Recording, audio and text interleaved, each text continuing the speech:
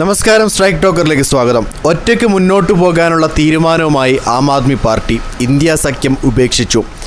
AAPയുടെ രാഷ്ട്രീയകാര്യ സമിതിയിലാണ് തീരുമാനം. യഥാർത്ഥ സഖ്യം കോൺഗ്രസും BJPയും തമ്മിലാണെന്ന് ആരോപിച്ചാണ് AAP ഇന്ത്യ സഖ്യം വിടുന്നത്. 2024 ലോക്സഭാ തെരഞ്ഞെടുപ്പിന് വേണ്ടി മാത്രമാണ് പ്രതിപക്ഷ ഗ്രൂപ്പ് രൂപീകരിച്ചതെന്നും പാർട്ടി പുറത്തിറക്കിയ പ്രസ്താവനയിൽ പറയുന്നു. പഹൽഗാം ഭീകരാക്രമണത്തെ തുടർന്നുണ്ടായ സംഭവ വികാസങ്ങളെക്കുറിച്ച് ചർച്ച ചെയ്യാൻ പാർലമെന്ററിന്റെ പ്രത്യേക സമ്മേളനം വിളിക്കണമെന്ന് ആവശ്യപ്പെട്ട് കോൺഗ്രസ് ഉൾപ്പെടെ 16 പ്രതിപക്ഷ പാർട്ടികൾ നരേന്ദ്രമോദിക്ക് കത്തെഴുതിയതിന് പിന്നാലെയാണ് ആം ആദ്മി പാർട്ടിയുടെ പ്രസ്താവന പുറത്തു വന്നത്. ആം ആദ്മി ഇതേ ആവശ്യം പ്രത്യേകം ഉന്നയിച്ചു. യഥാർത്ഥ സഖ്യം BJPയും കോൺഗ്രസും തമ്മിലാണ്. മോദിക്ക് രാഷ്ട്രീയമായി പ്രയോജനം ചെയ്യുന്ന കാര്യങ്ങൾ മാത്രമാണ് രാഹുൽ ഗാന്ധി പറയുന്നത്. പകരമായി ഗാന്ധി കുടുംബത്തെ ജയിലിലേക്ക് പോകുന്നതിൽ നിന്ന് മോദി രക്ഷിക്കുന്നു. നാട്ടുകാർക്ക് സ്കൂളുകൾ, ആശുപത്രികൾ, വൈദ്യുതി, വെള്ളം തുടങ്ങിയ അടിസ്ഥാന സൗകര്യങ്ങൾ നൽകുന്നതിൽ ഇരുവർക്കും താല്പര്യമില്ല.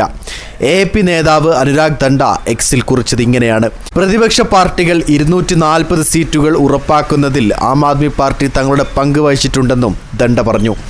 എല്ലാ സംസ്ഥാന തെരഞ്ഞെടുപ്പുകളിലും ഒറ്റയ്ക്ക് മത്സരിക്കുമെന്നും പിന്നീട് ഒരു ദേശീയ മാധ്യമത്തിന് നൽകിയ അഭിമുഖത്തിൽ ദണ്ഡ പറഞ്ഞു.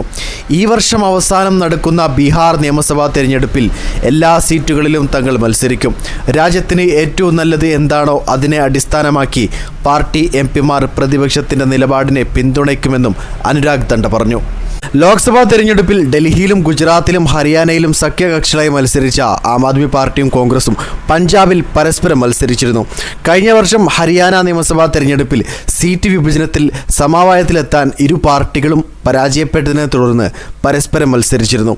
ഈ വർഷം ആദ്യം നടന്ന ഡൽഹി നിയമസഭാ തെരഞ്ഞെടുപ്പിലും ഇരു പാർട്ടികളും സഖ്യമില്ലാതെയാണ് മത്സരിച്ചത്. സഖ്യകക്ഷികളാണെന്ന് ഇരുവരും പറയുന്നുണ്ടെങ്കിലും സഖ്യമല്ലാതെയാണ് ഇതുവരെ തുടർന്നു പോയിട്ടുള്ളത്. വീഡിയോ ഇഷ്ടമായി ലൈക്ക് ചെയ്യുക, നിങ്ങളുടെ അഭിപ്രായം രേഖപ്പെടുത്തുക.